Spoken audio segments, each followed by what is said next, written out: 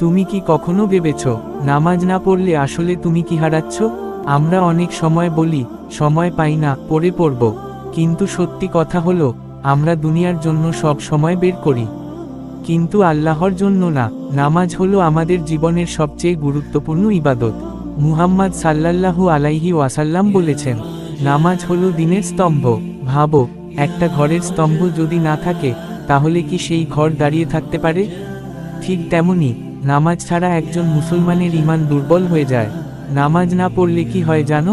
প্রথমত, তোমার মন অশান্ত হয়ে যায়, কোনো কিছুতেই শান্তি পাও না, সব সময় একটা চাপ, দুশ্চিন্তা কাজ করে।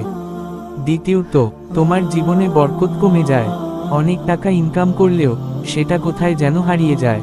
তৃতীয়ত, তুমি ধীরে ধীরে আল্লাহর কাছ থেকে দূরে সরে যাও, কারণ নামাজই হলো আল্লাহর সাথে তোমার সম্পর্কের সেতু।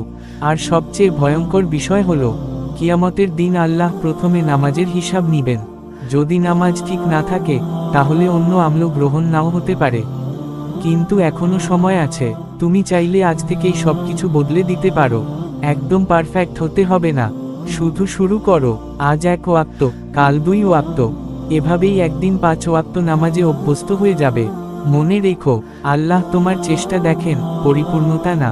তাই আজ একটা প্রতিজ্ঞা করো, যাই হোক না কেন নামাজ আর ছাড়ব না, কারণ নামাজই তোমার সফলতার চাবি, নামাজই তোমার শান্তি, আর নামাজই তোমাকে জান্নাতের পথে নিয়ে যাবে।